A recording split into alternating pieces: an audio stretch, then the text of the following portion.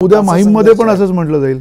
माहीममध्ये पण सदा सरवणकर आज युवराजांपेक्षा वर झालेले. सावंतांचं नाव आलं तिकडे. ते 3 टर्म आमदार आहेत तिथे. आता सावंतांचं नाव आलं तिकडे. नाही ठीक आहे ना. शेवट कसं मी तुम्हाला युवराज आणि ही जी नाही याच्यामध्ये फरक सांगतो तुम्हाला. युवराजांना जी 5 वर्ष मिळाली ना ती संघर्ष न करता मिळाली. मागच्या जर 2019च्या निवडणुकीत तुम्ही बघितलं असेल तर ती संघर्ष न करता म्हणजे सचिन अहिरना पण त्यांनी स्वतःकडे घेतलं, सुनील राणेंना पण स्वतःकडे घेतलं, कॉम्पिटिशनच ठेवली नाही. त्यामुळे ते आणि एखादी गोष्ट संघर्ष न करता जेव्हा आपल्याला मंदारजी मिळते ना तेव्हा त्याची आपल्याला व्हॅल्यू नसते. खूप चांगलं आहे की उबाटा पण उमेदवार दिलाय माहीममध्ये, शिंदे साहेबांनी पण उमेदवार दिलाय. मला असं वाटतं जो संघर्ष अमित ठाकरे करतील त्या संघर्षामुळे आपल्याला काय मिळालंय, लोकांची आपण काय सेवा केली पाहिजे ह्याची जाणीव नक्की त्यांना होईल. पण हे चित्र अंतिम असेल का की अजून पुढच्या काही काळात काहीतरी एक अनपेक्षित राजकारण बघायला मिळेल? कारण गेल्या वेळेला मनसेनी इथे उमेदवार दिला नव्हता आदित्य ठाकरे यांच्यासमोर. ती जाणीवपूर्वक उमेदवार न देण्याची प्रक्रिया होती त्यावेळेला आदित्य ठाकरे. मला माहित नाही, तो सन्मान्य राजसाहेबांचा निर्णय होता. कदाचित असं असेल की त्यांना वाटलं असेल की ठाकरे घराण्यातलं पहिलं कोणतरी निवडणूक लढतोय आणि कदाचित 5 वर्ष चांगलं काम वरळीसाठी उभं राहू शकतं त्याच्या माध्यमातून म्हणून दिला नसेल. तशी अपेक्षा मनसेने केली ना ज्यावेळेला अमित ठाकरेंचं नाव माहीममधनं. निश्चितपणे अपेक्षा लोक करणार ना. तुम्ही आमदार म्हणून जर लोकांनी निवडून दिलं तर तुम्ही लोकांच्या संपर्कात राहिलं पाहिजे, लोकांना भेटलं पाहिजे. नाही, माझं म्हणणं आहे की अमित ठाकरे ज्यावेळेला तिथे उभे राहतात त्यावेळेला तिथनं उद्धव ठाकरेंच्याकडनं उमेदवार दिला जाणं ही प्रक्रिया नाही. कारण आम्हाला माहिती आहे त्यांचा स्वभाव कसा आहे, त्यामुळे ही अपेक्षाच ठेवलेली नाहीये. आणि जेव्हा अपेक्षा आपण ठेवत नाही त्यामुळे अपेक्षा भंग व्हायचं कारणच नाही.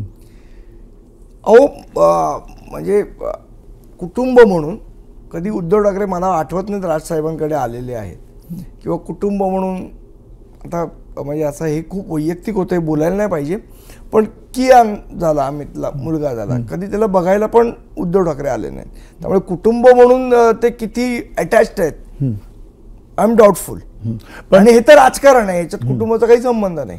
राजकारणामुळे कुटुंब एकीकडे आपण बघतो की वेगवेगळी होत आहेत. आता तर सगळीकडेच वेगवेगळ्या कुटुंबातले एका कुटुंबातलेच म्हणजे वडील एका ठिकाणी आणि मुलगा एका ठिकाणी अशी सुद्धा परिस्थिती महाराष्ट्रात राहिली. पण एक आणखीन महत्त्वाचा प्रश्न तुम्हाला विचारायचा आहे, तो म्हणजे महाराष्ट्र नवनिर्माण सेनेच्या गेल्या अनेक वर्षांच्या प्रक्रियेमध्ये तुम्ही आहात आणि ही सगळी प्रक्रिया चालू असताना आत्ताची जी यादी समोर आलेली आहे ही यादी समोर आल्यानंतर आपण पाहतोय की नेमका या महाराष्ट्र नवनिर्माण सेनेच्या उमेदवारांचा फटका कोणाला पडणार आहे? महायुतीला पडणार आहे की महाविकास आघाडीला पडणार आहे? आम्ही जिंकण्यासाठी निवडणूक लढवतोय, कोणाला फटके मारण्यासाठी निवडणूक लढवत नाही. आणि यावेळेला आमचा प्रयत्न जिंकण्याचा आहे आणि आम्ही महाराष्ट्र नवनिर्माण सेनेची इच्छा आहे. आम्ही रस्त्यावरची लढाई आत्तापर्यंत लढत आलोय, याच्यानंतरची लढाई आम्हाला विधानसभेत आणि मंत्रालयात लढायची आहे. त्यामुळे आमचा पक्ष हा निवडणूक झाल्यानंतर सत्तेतला पक्ष असेल ही काळ्या दगडावरची पांढरी रेघ आहे. पण याचा अर्थ तुम्ही सत्तेतला जर पक्ष असेल तर जर उद्या उठून कुठल्याही प्रकारच्या आघाडीमध्ये जाणार आहात की तुम्ही? कारण सत्तेमध्ये जायचं असेल तर तुम्हाला कोणाची तरी आघाडी करावी लागणार, युती करावी लागणार आहे. महाराष्ट्र नवनिर्माण सेना सत्ता येईल एवढे उमेदवार उभे करते. त्यामुळे नंतर जेव्हा हे होईल निवडणूक होतील तेव्हा बघू काय परिस्थिती असेल त्याप्रमाणे निर्णय घेऊ. पण आम्ही जे उमेदवार उभे करणार आहोत ते निश्चितपणे सत्ता येतील एवढे उमेदवार उभे राहू. पण कुणाही समोर जाण्याची प्रक्रिया असेल ती की आज तुम्हाला महाराष्ट्रात म्हणजे आता कदाचित तुम्हाला जाणवतंय नाही जाणवत आहे मला माहित नाही, पण आज महाराष्ट्राच्या जनतेमध्ये या दोन्ही आघाडी असेल किंवा युती असेल यांच्याबद्दल प्रचंड रोष आहे. ज्या पद्धतीचं राजकारण झालेलं आहे, नैतिकता सगळी खुंटीला टांगून राजकारण झालेलं आहे. लोकांना पर्याय पाहिजे आणि तो राजसाहेब ठाकरे आहेत, महाराष्ट्र नवनिर्माण सेना आहे आणि मला निश्चितपणे खात्री आहे की लोक आमचा पर्याय निवडतील. लोक या दोघांनाही कंटाळलेली आहेत. पण ते जे उमेदवार दिले गेलेले, जर ठाणे शहरामध्ये उमेदवार दिले तो भाजपच्या उमेदवाराच्या समोर उभा आहे. अर्थात तिकडे महाआघाडीचा पण कोणतरी असणारच आहे उमेदवार. पण हे सगळं करत असताना तुम्ही युती किंवा आघाडी अशा अर्थाने हा पक्ष उतरलेलाच नाही. महाराष्ट्र नवनिर्माण सेना हा पक्ष हा पूर्णपणे निवडणुकीमध्ये सामोरं जाण्यासाठीच उतरला आहे असं तुमचं म्हणणं आहे? हो. पण मग अशा वेळेला लोकांनी तुमच्याकडे मोठ्या अपेक्षेने मतदान केल्यानंतर उद्या तुम्ही महायुतीमध्ये कुठल्या तरी बसलेले असाल किंवा महाआघाडीमध्ये बसलेले असाल किंवा आणखीन कुठल्या तरी नव्या आघाडीमध्ये महाराष्ट्राच्या हिताचे निर्णयच राजसाहेब ठाकरे घेतील.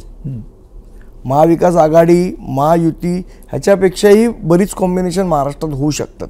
त्यामुळे आपण निवडणूक एकदा होऊ द्या, निश्चितपणे पुन्हा एकदा मला बोलू, आपण त्याच्यावर चर्चा करू. अच्छा, पण निवडणुका होण्याच्या अगोदर आणखीन एक महत्त्वाचा मुद्दा आहे की गेल्या काही काळात असं काय वाटतंय तुम्हाला की महाराष्ट्र नवनिर्माण सेनेनं लोकांसाठी, महाराष्ट्राच्या लोकांसाठी एका मोठ्या पटलावरती काम म्हणून केलंय किंवा त्या अर्थाने महाराष्ट्र नवनिर्माण सेनेने हे काम केलेलं आहे हे तुम्हाला दाखवायचं असेल तर अशी कुठली कामं आहेत महाराष्ट्र? मला असं वाटतं महाराष्ट्र नवनिर्माण सेनेनी एकच आमदार असताना सर्वात चांगलं काम केलं असेल तर सक्षम विरोधी पक्षाचं काम या महाराष्ट्रात जर कोणी केलं असेल तर ते महाराष्ट्र नवनिर्माण सेनेनीच केलेलं आहे.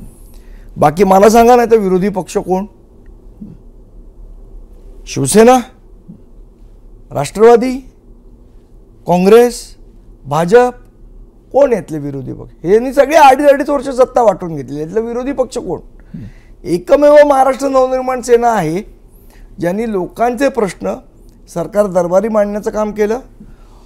आपल्याला आठवत असेल कोरोनाच्या काळामध्ये हे सगळे घरी बसलेले होते. महाराष्ट्र नवनिर्माण सेनेचे महाराष्ट्र सैनिक रस्त्यावर होते. मग कोणाच्या हॉस्पिटलची बिलं वाढलेली असतील, मग नाही तर पैसे भरा, नाही तर बॉडी ताब्यात देणार नाही, असे प्रसंग असतील, कोण उभं राहिलं त्यावेळेला? महाराष्ट्र नवनिर्माण सेनेचा महाराष्ट्र सैनिक उभा राहिला.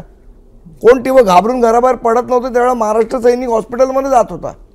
लोकांना जेव्हा बेड मिळत नव्हते त्यावेळेला त्यांच्या घरी जे वृद्ध लोक आहेत त्यांचे डबे पोहोचवण्याचं काम आम्ही केलं.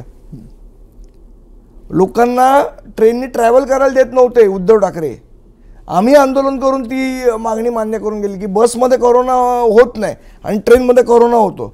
असे विचित्र निर्णय या महाविकास आघाडी सरकार कोणी जाब विचारलं त्यांना? आपल्याला आठवण असेल तर मंत्रालय अख्खं बंद होतं. लोक फरियाद घेऊन कुठे यायचे, तक्रार घेऊन कुठे यायचे? कृष्णकुंजवर यायचे, राज ठाकरेंना भेटायचे. आणि राज ठाकरे फेसबुकवरनं नाही भेटले, त्यांना प्रत्यक्षात भेटले लोकांना. त्यामुळे ही सगळी कामं आम्ही केली. टोलचं आंदोलन आम्हाला विचारायचे लोक, काय मग तुमचे टोल घ्यावा लागला सरकारला निर्णय.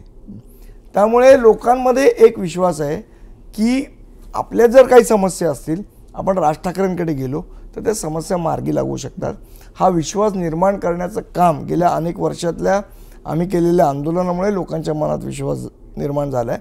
आणि जो विश्वास एकदा विरोधी पक्षावर झाला की तोच विरोधी पक्ष सत्ताच्या दिशेने वाटचाल करत असतो. ती वाटचाल आमची चालू झाली. पण हा विश्वासाचा जो प्रश्न आहे तो विश्वासाचा प्रश्न फार महत्त्वाचा आहे. त्याचं कारण गेले काही काळात राज ठाकरे यांची जी भूमिका आहे त्या भूमिकेमध्ये जे काही बदल झाले त्या बदलांमध्ये सगळ्यात महत्त्वाचा आणखीन एक मोठा मुद्दा हा होता की राज ठाकरेंनी सातत्यानं महायुतीतल्या नेत्यांच्याबद्दल पण एक सहानुभूतीपूर्वक विधानं केलेली आहेत किंवा त्यांनी जाहीरपणे केंद्र सरकारबद्दल सुद्धा विधानं केलेली आहेत. सो अशा वेळेला हा विश्वास महाराष्ट्र नवनिर्माण सेनेला ह्या बाजूला बघायचं की त्या बाजूला बघायचं असा ज्यावेळेला लोकांना निर्णय घ्यायचा असेल उद्या मतदान करताना त्यावेळेला लोकांनी त्यांच्याकडे कुठल्या दृष्टीने बघितलं पाहिजे?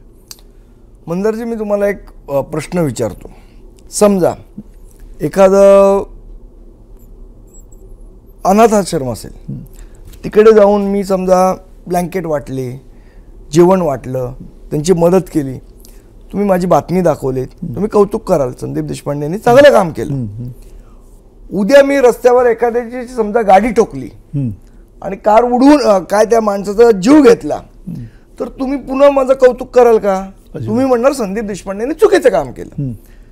मग जर बुधवारी मी अनाथाश्रमात जर ब्लँकेट आणि हे वाटले आणि बुधवारी तुम्ही बातमी दाखवली संदीप देशपांडे चांगले, ते चांगलं काम करतात, आणि गुरुवारी मी जाऊन गाडी ठोकली आणि एखाद्या माणसाचा जीव घेतला तर तुम्ही गुरुवारी माझी वाईट बातमी दाखवली, तर लोकमतनी आपली भूमिका बदलली, TV 18 लोकमतनी आपली भूमिका बदलली असं आपण म्हणायचं का? नाही ना. कारण बुधवारचं जे माझं वागणं होतं ते खरोखर चांगलं होतं म्हणून तुम्ही कौतुक केलं. गुरुवारचं माझं वागणं खरोखर वाईट होतं म्हणून तुम्ही या निवडणुकांमध्ये तसंच मोदी साहेबांच्या बाबतीत ज्यावेळेला आम्हाला भूमिका पटली नाही, चुकीची वाटली, त्यावेळेला आम्ही बोलणार. ज्यावेळेला त्यांनी चांगलं काम केलं एखादं त्यावेळेला कौतुकी करणार. ह्याला भूमिका बदलणं म्हणतात नाही. भूमिका बदलणं कशाला म्हणतात? 2019 मध्ये भारतीय जनता पक्ष आणि शिवसेना यांनी एकत्रित निवडणुका लढवल्या. एकत्रित निवडणुका लढवल्यानंतर मुख्यमंत्री पदाचं त्यांची जी काय बंद दरवाज्यात चर्चा झाली कोणालाच माहित नाही, तुम्हाला माहिती ना मला माहिती. त्याच्यानंतर जाऊन उद्धवसाहेब ठाकरे पवार साहेबांच्या मांडीवर जाऊन बसले ना, त्याला भूमिका बदलणं म्हणतात. 2017 मध्ये शिवसेना आणि भाजप दोघांनी एकमेकांच्या विरोधात महानगरपालिकेची निवडणूक लढवली, एकमेकांना शिव्या घातल्या, जबड्यात घालूनी हात मोजणी दात म्हणाले देवेंद्र फडणवीस साहेब.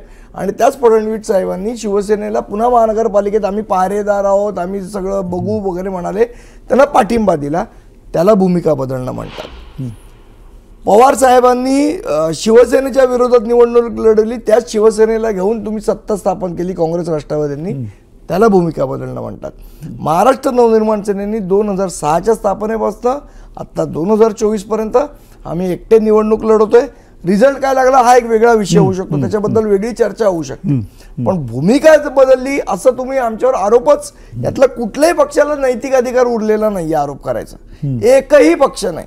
मग यावेळेला बघता येईल का, म्हणजे जो लावरेत व्हिडिओ नावाचा जो त्यावेळेला जी हवा निर्माण झालेली होती मनसेची, त्या पद्धतीचे काही भाषण, त्या पद्धतीचं काही वातावरण बघायला मिळेल का, त्या पद्धतीचं राज ठाकरे यांची घणाघाती भाषणं बघायला मिळतील का? राजसाहेब ठाकरे काय करतात हे त्यांनाच माहीत असतं, ते काय एवढं आधी आम्हाला सांगत नाही, पण निश्चितपणे एक वेगळं चांगलं कॅम्पेन बघायला मिळेल असं मला वाटतं.